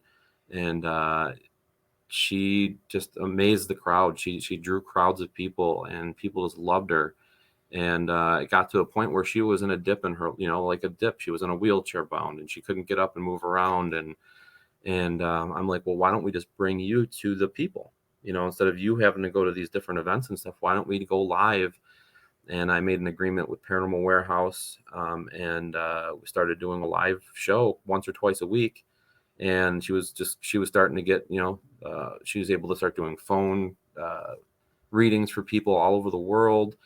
And we were doing select events where she was on, teaching our classes. And I don't know, just the being able to bring healing and peace to people was my main purpose of wanting to do the psychic fair, because I was going to other psychic fairs and it was all about money, money, money, money, money, and it felt like the wrong reasons. Mhm. Like, when I first started doing the first fair I ever did, I had so many psychics reach out to me to see how I was picking psychics, because at other fairs they're like, you got to do a reading, you got to be able to do this or that or blah blah blah. I'm like, you're your own person. If you feel confident enough to give some people healing, then come and do your thing. Like, it's not about raking people over the coals. For me, Right. it was about having people that had the ability to do what they wanted to do, and having an environment that was serene and peaceful, and all different types of vendors that could bring that to people outside of the psychic fair, like with oils or whatever people would need. I was always big on the soaps, like, give me that sage soap. When I'm done with an investigation, I can just go clean myself with sage. But it's I just wanted to do it different than what I was used to. And the first fair we did, we had like almost 1,200 people come through the door. It wasn't about charging an arm and a leg at the door. it was like more about doing things for the right reasons, and we've been doing it ever since. You Right. know, so I'll usually do 4 a year. Right. It's just incredible because here's some background for me coming. I had no clue I was coming to an event. No. Wow, you just got kind of thrown right in there then, huh? Well, I do a lot of events in Wisconsin and Minnesota and the Dakotas and Illinois, Iowa. You know what I mean? So I'm not a stranger to them by any means. But I literally thought I was coming to do a gallery. Like that was it. You know what I mean? So I dressed for the part and I showed up and went, Right. I'm overdressed. Okay, thank you. And I found out literally the day before, okay, you're gonna do readings. For what? I mean, yeah. Oh, okay. So I went and bought a little board with a little chalk thing and said, I guess I'm doing readings. And okay, I guess it's an event I didn't know I was going to, Oh yeah. It's amazing how it was totally, completely done. I loved it. You know, it was truly anybody that does events out there. I loved your event. It was just so easy, so calm, so just inviting, and I've actually many people reached out since, Good. just because they felt, it's just a great place to be, the event you put on, The events that I do, I pick the locations accordingly, like as well. So I love historic and old buildings that are beautiful, and Mhm. I think that brings a lot of good energy, to what we were doing. Just the whole feel of it, classy and upscale, 20s or 30s kind of look, and that hotel is the Statler Hotel in Buffalo is just an amazing building. The other one that we do them at is in Jamestown at the old Hotel Jamestown, and this In New the York? ballroom where Lucille Ball and Desi Arnaz used to hang out. We also do them at the Tonawanda Castle, which is an old armory, which has been transformed, and it was one of 10 in the state of New York that was actually done up to be like a living quarters as well. And it's just beautifully done and beautifully redone. And again, it's just a great energy for the location, for what we're doing. So Yeah. I'll have to apply to come back to one or two because I'll tell you what, they're worth the drive. They're worth the drive. You yeah, I it's mean that's what people say. I mean it's great, and if you can't please everyone, but for the most part, I'd say probably 95% of the folks that come to our events love it. yeah. And they maybe get a little answer, a little tidbit. For me too, it's about promoting what everybody does. Mhm. And whether you're giving a 15-minute reading and giving people a taste of what something else could be, or like a past life regression, or what is offered down the road, it helps with with what's going on in people's lives. So they might need you, or they might need somebody that they meet there. So I love that because you do have I think you and I both have the same approach when it comes to that because I'm in a, like, I say I have a no compete clause because I really don't care. I don't know if that yeah, makes sense, but I'm like, no, you know what? I talk to dead people or I talk to psychic energy. Trust me, there's enough dead people to go around. If you don't believe me, there's more every day. There, yep, there's always more. There's no competition here. The spirit's going to pick me. The person walking around the room is not picking me. Their loved one is picking me. So where's the competition? I don't need a big there banner. I shouldn't don't be. need all of this because literally they're going to gravitate naturally because that's what their person is telling them, go there, go there, go there.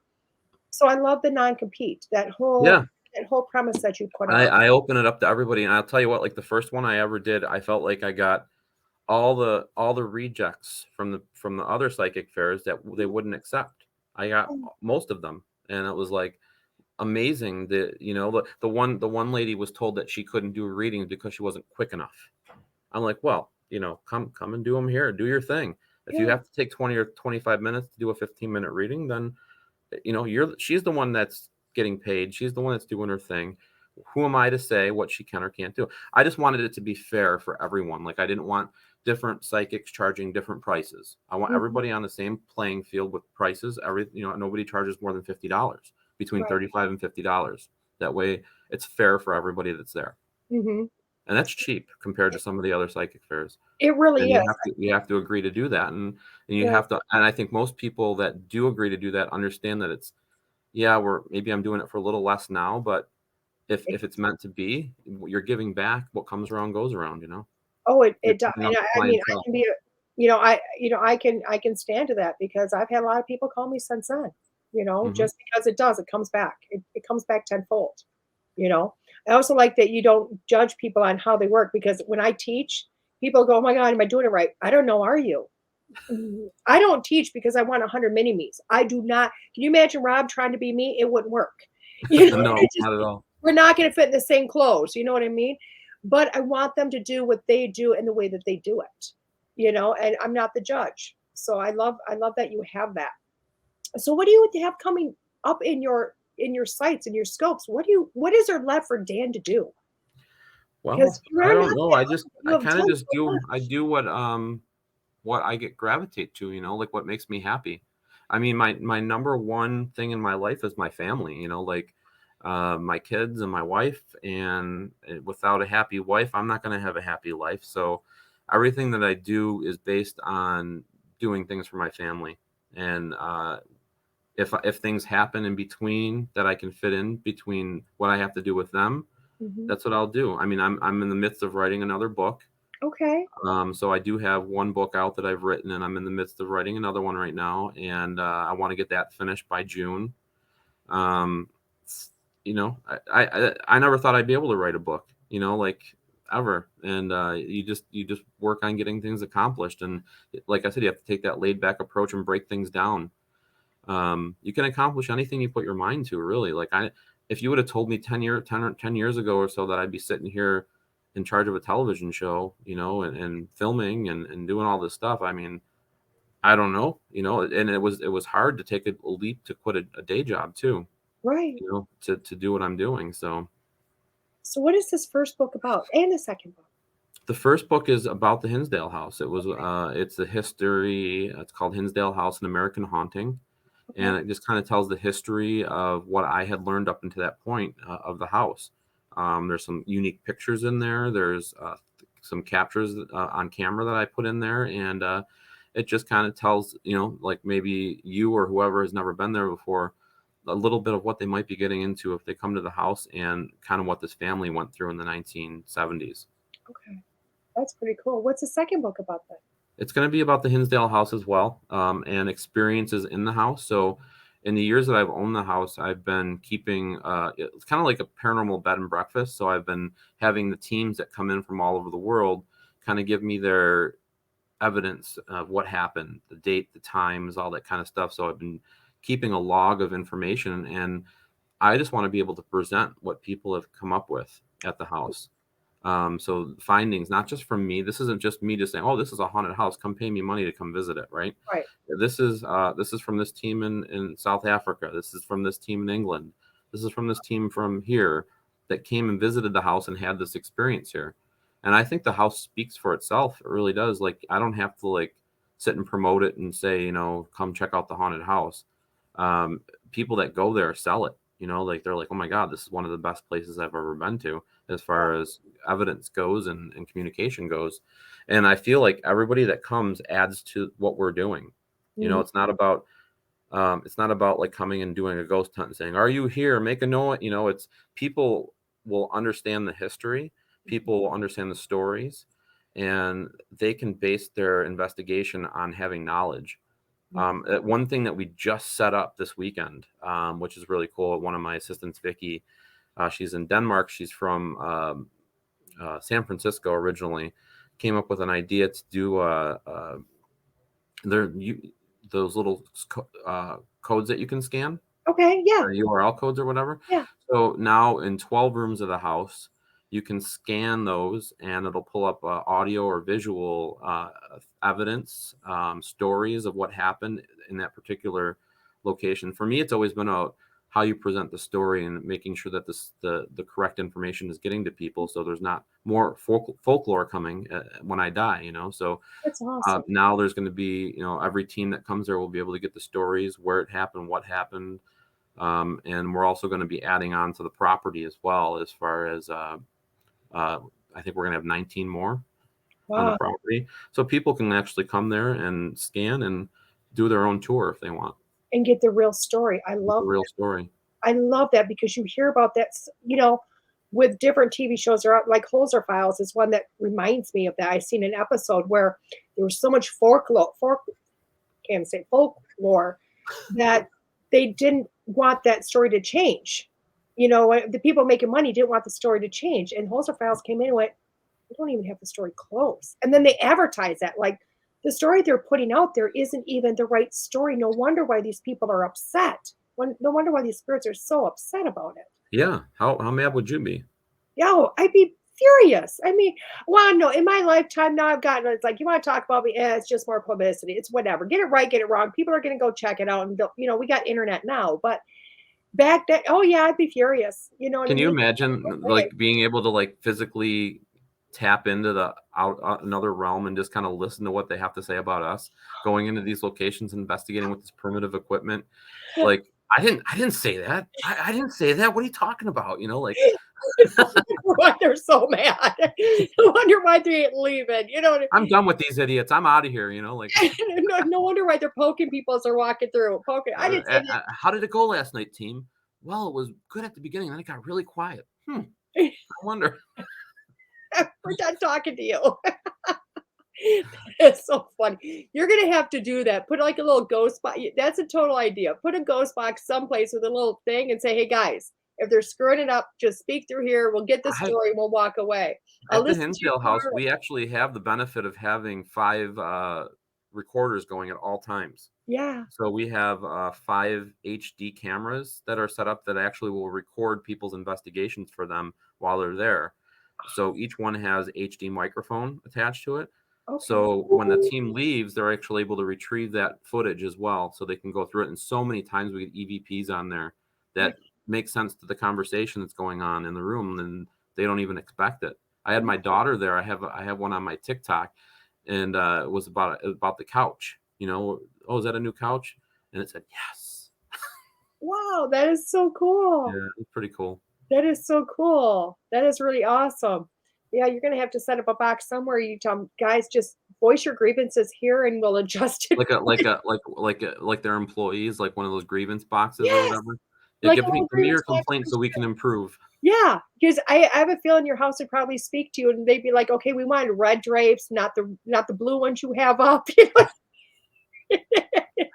Oh Lord. Oh, it'd be awesome. I'll tell you why. You put one like in the basement now or something. Like, it's this one separate. We made you a little smoking room. Go down here. It's like your little break room. Just complain about the living. It's good. I'll see what I can do to help. That's funny. That's actually a good idea. Yeah, it'd be awesome. It'd be awesome. I do have Bonnie asking about your beads. She says she is totally curious about your beads. So And I wasn't sure what she was talking about when they popped up. I'm like, yeah, they're not the normal, colors. These were actually made for my daughter Shaylee. She's my youngest. She's 11, and this one has like a little happy face on it. You can see a little happy face, and this one was from our last trip. She made this one for me because we went to the Bahamas, so there's like a little shell on it. So these are just as people use them for prayer beads, I look at them and just look at the smiley face and think of my daughter, and just. That's, you put pictures of your family around or whatever, and it gives you motivation for what you're doing. So she made these for me, and looking at them motivates me to work harder, I love that. That is so amazing, only because it's like, you see people, I got this for grounding, and I got this one for this, and I got this one for that. I have my grounding thing is this one right here. This is my little Archangel Michael. I love there that. He is. There he is. Teresa Caputo gave me this. Oh my God, that is so cool. And I've had it blessed so many times. I just keep it in. It's cool, it's within my belief system. So and you know what? Belief system means everything. And people don't realize that. Everybody will look at me. What should I take it for protection? What's your belief system? Well, what's that got to do with it? Your belief system is your protection. It really is. You know, no matter what it is, that's your protection. So Dan, how can people find you? This has been like the fastest hour of my life, but how can people find you? So basically my name there, DanielKlaes.com. It will give you links to the Hinsdale house, another property that I work with, Wildwood Sanitarium. It'll give you information on me, events that I'll be at. It's all, I tried to make kind of a one type of stop deal for everyone that is interested in things that I do. And it's all on there. My store is on there if you're interested in supporting the redevelopment of the Hinsdale house as a paranormal research center, and some of the things that we want to accomplish. I have a Patreon page. It's like a family. We have like 100 people that are family members that help get things accomplished at that house faster than we've been able to do it. And any other, if you look at renovations and stuff like that, those people are my heart and blood and soul of what we're doing at the location. So they always get forefront information of what we're doing. They get to, when we do our meetings, they get to put in their 2 cents and help with with knowledge and things like that. So it's fun. If you don't want to do something like that, buy a t-shirt from my store, it's it all helps. So however we can, we have a lot to do there. But we'll get there at one point. So, and I'll tell you what, Al, I concur with everything in your store, because every time you come up with a new design, I'm like, oh my God, that's so cool. Oh my God, that's so cool. I think it's you for can have me a as a marketing person. Like, I have a degree in marketing and also a minor in fine art. So to me, like, when I go to these conventions, it's like I need to have fresh things. I can't just go to the same convention the next year and bring the same stuff and hope people want to buy the same thing. So for me, it's always been about like having fresh designs, retiring some of the designs, and putting out new stuff temporarily.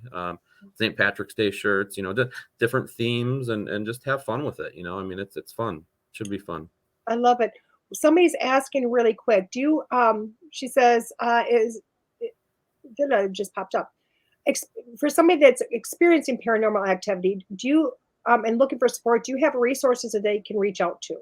Yeah. I mean, the Greater West New York Paranormal Society is my group in Western New York. As busy as I am, I still find time to go and help people if we can. Members of my team include Chelsea Gill. She's a psychic medium locally. She's just as busy as I am, but there's been times where we've gone and helped people, during the week or whatever we can do. And we have a great amount of teams that we work with locally and regionally, that if I can't fit it in my schedule, that I will help people to get to somebody that can help them locally, that are really good at what they do. We all work together in Western New York. It's great. And it shows, with the events that we do and the things that we do here. We don't have any animosity towards each other. And it seems like all the teams work well together that are here. So, and I love that. And I love that Western New York is different than other areas. So I love that. Well, thank you so much, Dan, for coming on. So many people in the comments have just said, oh my God, thank you so much. So, yeah, thanks for having me. This is quick. This is fun. Podcast, and it never goes away. Just so you know, it never goes away. I mean, it's on Amazon even, so it never goes away. Awesome. And Amazon.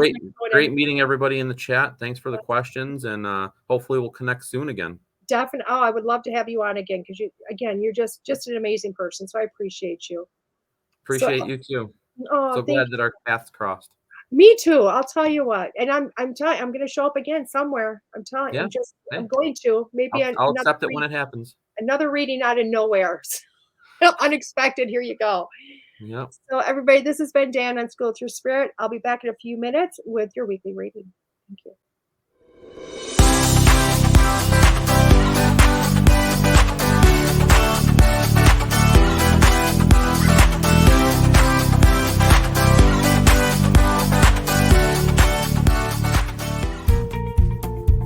DeEtte Renee, psychic medium. All of us have questions about our lives, our loved ones, our futures. DeEtte Renee is here to help answer those difficult questions. DeEtte excels at working with spirit and is a certified psychic medium through LWISSD. She is a master teacher and well-versed in the spirit world. Look, don't trust just any psychic with your deepest thoughts and worries. Trust DeEtte Renee, as she will deliver her very best for you. General readings, past loved ones, finances, your future. Contact DeEtte now on her website, DeEtteRenee.com. That's DeEtteRenee.com.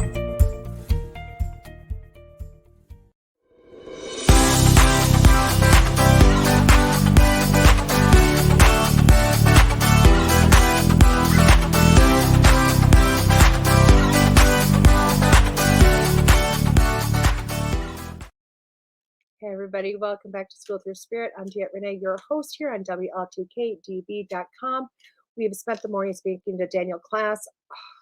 I, I, I just, I can't say enough good things about Daniel. And he's just, as you've seen, he makes paranormal real. He makes it the heart in paranormal. It's just not the scary boo stuff. Very much the heart. And I love to hear him talk just because I think if more people listened to him and more people took his thought about it, his way of looking at it, I think you'd have a lot more people doing that. A lot more people looking at that factor and all about paranormal and believing in it and just giving, helping spirit, guys, helping spirit. I'm all about that. I really am. I mean, that's what I do in my job. That's what I love to do. I will tell you what, at the end of the day, I'm a healer above being a psychic and a medium. And I literally show up to help spirit heal and help the people in front of me heal. So I love the fact that he does that for the homes and the spirits have chosen to stay back. So again, look for him at danielklaes.com. Just an amazing, amazing gentleman. So loved his outlook. Exactly, Pamela. I mean, oh my gosh, just a huge person in the community, and see what he could do. Just watch what he could do. Definitely a person to look out for in the future to see what more he comes up with. So, so we are going to do our weekly reading today, and I am going for the weekly. Really, we're using the Intuitive Soul Oracle cards by Lisa Williams. We're going to do the 5-card stud again, guys. I'm playing poker every Monday. I'm telling you. Oh my gosh, this is too awesome. For the clarification card, I'm going to use Colette Baron Reed's Enchanted Map Oracle cards. And it is so funny because I think I just got my own message. Because I did not realize this was on the inside of the box. It gives me a key to explore your life's journey. Oh, that's huge. That's huge. So let's do 5 cards, guys. And as you know, we do this every week. Pick a card 1 through 5, whatever you would like. Pick 1, pick 2, pick 4, pick 5. This is up to you what you need to work on for the week. Now, I'm not forgetting about my little challenge about meditation, but we are going to also do the cards to get a little added bonus here, okay? Beautiful. That was a weird cut. So card number 1 is love. It's love, guys. It's a heartfelt passion, unconditional love, togetherness with your partner. I'm looking at this and I'm thinking this is more unconditional love, guys, to yourself, As you notice this picture, this is what I'm looking at. I'm looking at the hands and this rose that's just beaming with a ton of light. And I do feel it's about putting your hands out and letting yourself have it. How many of you just let yourself have love? How many of you people allow just yourself to explore love, pull it into your, and just say, you know what, I'm worthy of this. And you are worthy of this love for yourself, okay? So unconditional love of self is what I'm looking at this week. And I think if you pick number 1, this is something you really have to look at. It's time. It's time for you to love yourself, okay? Oh my gosh. I love this card. I've got so many stories about this card. It's not even funny. It's the dream card, connecting with self and spirit. Believe in the power of your dreams, guidance, and direction. I love this card. Because when I am looking at voice change, when I am looking at these cards, really pay attention to your dreams. Pay attention to dreams. So many people go to me, I can't feel spirit. I can't hear them. I can't do this. I can't connect to my loved ones. I'm always looking for a sign. It's never happening. Look to your dreams. Your guides will use your dreams. Your loved ones will use your dreams, and they will come to you in the night. Now, so many people tell me, I don't remember my dreams, or I don't dream at all.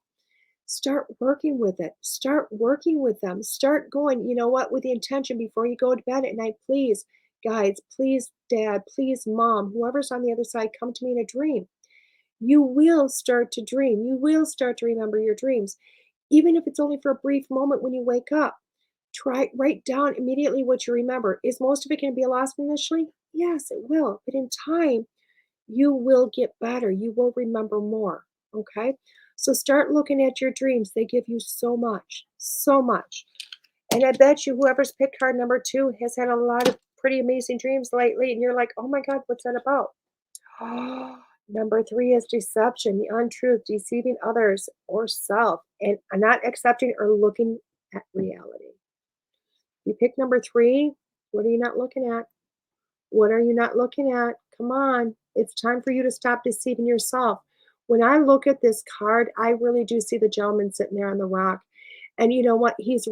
I don't believe this card right now is saying about others deceiving you as much as you not looking at yourself and what you're not seeing yourself. when you're looking at this, it's kind of like going, hey, who am I? What is my truth? Start being true to yourself. Start looking at yourself for who you are and start being honest with yourself. Stop deceiving who you really are to you and start showing yourself to the world. You're going to find so much more relaxation, so much more respect from people. It's mind blowing. Okay. And this is talking to somebody, coming from somebody who talks to dead people. So stop deceiving yourself. Okay. Card number, oh, wrong pile. Sorry. Card number 4 is the family card. The union, family ties, togetherness, and friendships. Who's feeling alone out there? Who's feeling alone? If you pick card number 4, we're looking at the family. We're looking at, and this is not necessarily blood family. This is a family that you have created. This is your family that you have brought together around you for yourself. It is time for you to call upon that family for love and support and togetherness and to help you feel a little bit more about you and your own personal support system. Okay. So look to the family you've created for your support. Okay.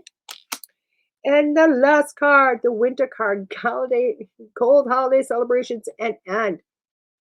You're all hating me for this card, aren't you? Unless you're all in Australia. If you're in Australia, you're going into winter.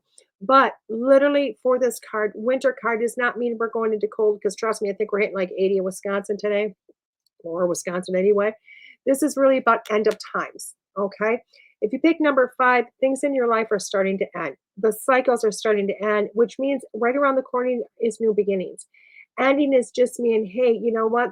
If you've been having troubles, if you've been having difficulties, if you have been going, oh my gosh, I'm putting so much into something. Trust me, it's time for new endings. New endings are happening, which means new beginnings are happening too. Okay.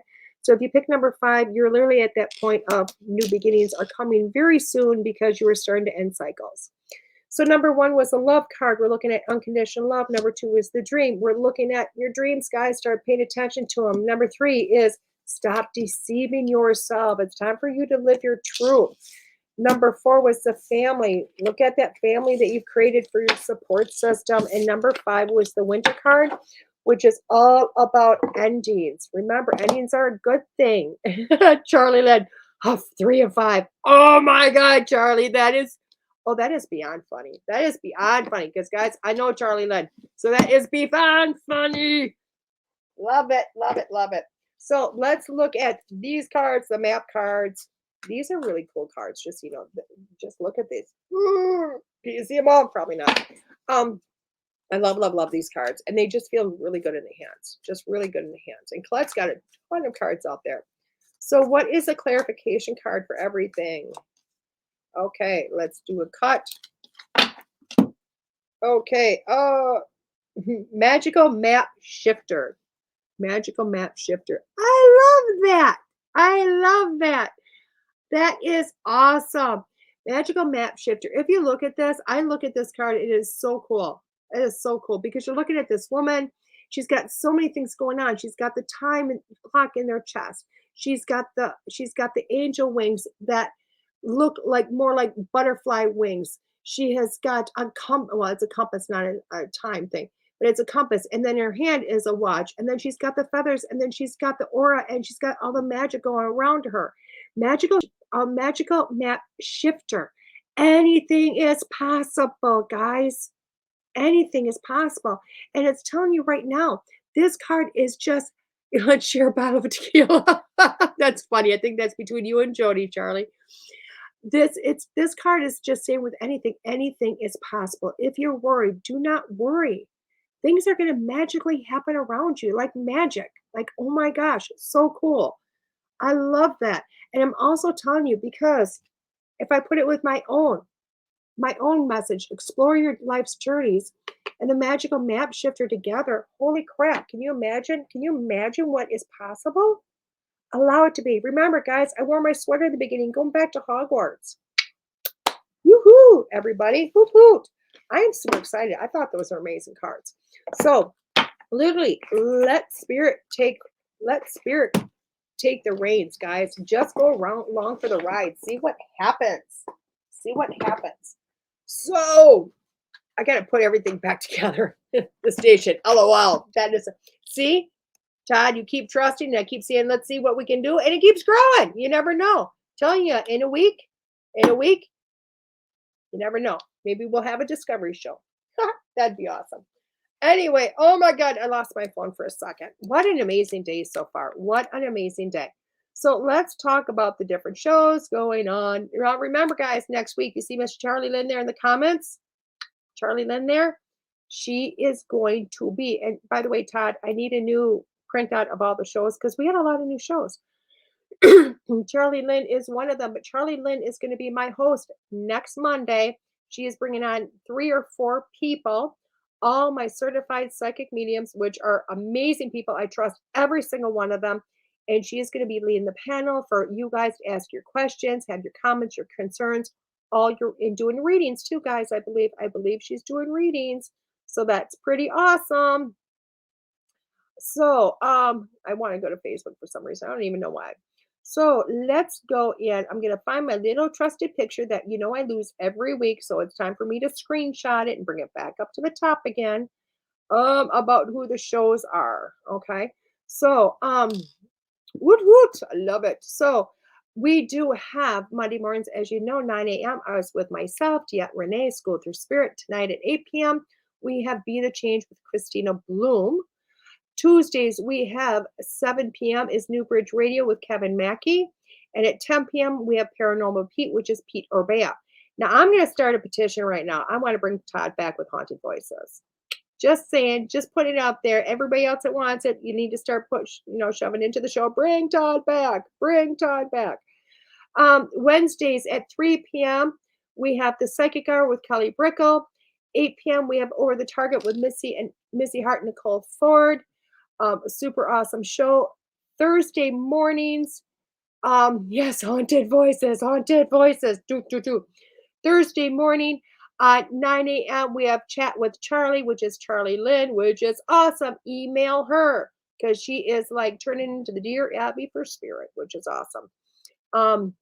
And she's gonna, answer all those questions. She might be doing some readings. Who knows what she's gonna do? It's awesome. Thursday nights, we have 7 p.m. Realm of Darkness with Reddy and Ashley, and that is a real crime TV show. 8 p.m. is Afterlife Chronicles with Nicole Strickland, another amazing show. Fridays, we have 8 p.m. The Secrets Within with Rennie Rodriguez, okay, which is awesome. And guys, life is just fantastic. So you never know. I might decide to do another show. What would you guys think if I just, I'm not saying yes, but what would you think if I just did like a reading show, like an hour-long reading show one night a week or something? What would you think?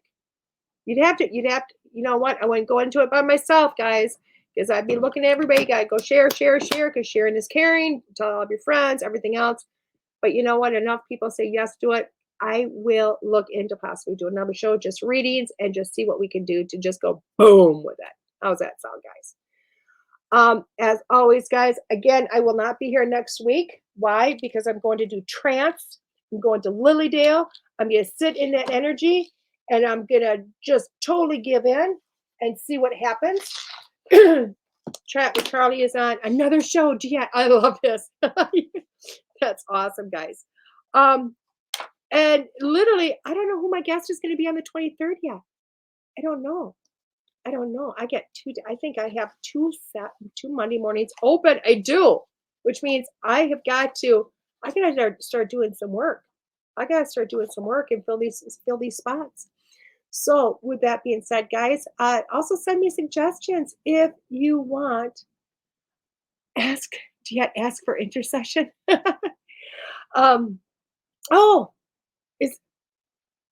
Is that prayer, Jody? I'm lost, Jody. Anyway, yes, guys, everybody pray for me. I'm going to Lilydale this weekend. Pray everything is going to be okay. Pray for the light to come in. Pray for all positivity. Please start praying on Wednesday or Tuesday. I'd be really appreciated. And please pray for me the whole time because I think I might need it. Okay. With that being said, though, guys, I'm going to count out early. You guys have a great day. Have a magical day. And I cannot wait to see you again in 2 weeks. I will see you soon. Okay. Love and light, everybody. Bye-bye. DeEtte Renee here.